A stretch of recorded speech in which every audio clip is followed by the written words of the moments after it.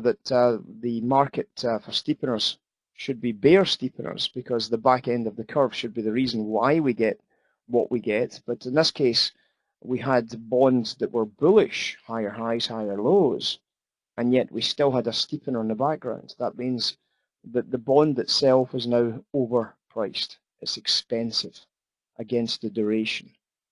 So I don't want to buy bonds when it's expensive against duration. That is not a trade that I ever want to be taking advantage of.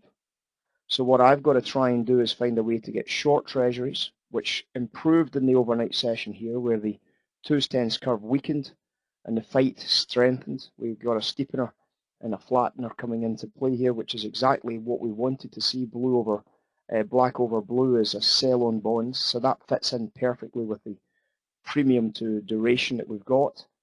I want to now get busy with the short trade. We got a sell-off early doors before the London session got started, and the chances of us getting top edges obviously got thinner and thinner, so we were in a bit of a rush to get business done. Fortunately, we got a strong pullback in the, again, flattening phase of the 2s10s.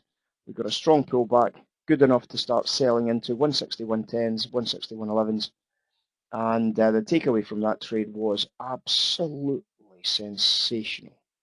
Great sell-off, fantastic outcomes.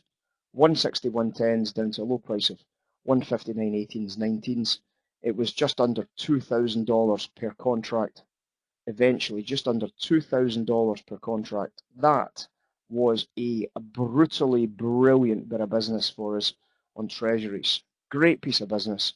Very, very good trading by the guys in the room, or the two guys in the room that took it. And obviously since then I've had nothing on treasuries. There was a possible buy trade here.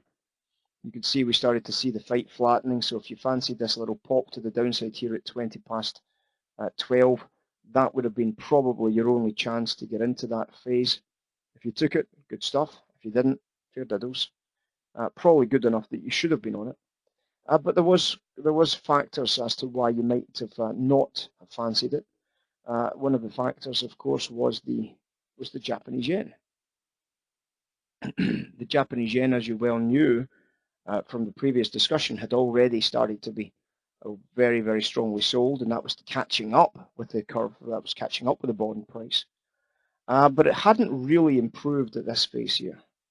Now, obviously, if you're thinking that you're going to be buying bonds at that stage, the probability is that the better trade actually might be not to necessarily buy bonds, but instead to go in and buy some Japanese yen, because if the bond's going to go up, so is the yen going to go up, and the yen's at a bigger discount. So you might fancy the yen as a buy trade rather than a bond buy at that stage. And that's certainly one of the ideas that you could have taken into this blue line buy phase here.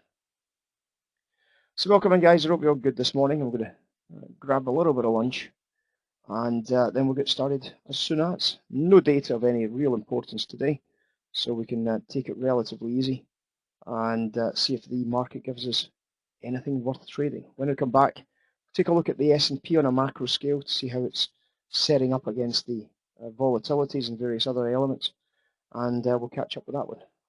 So taking 10 minutes, guys.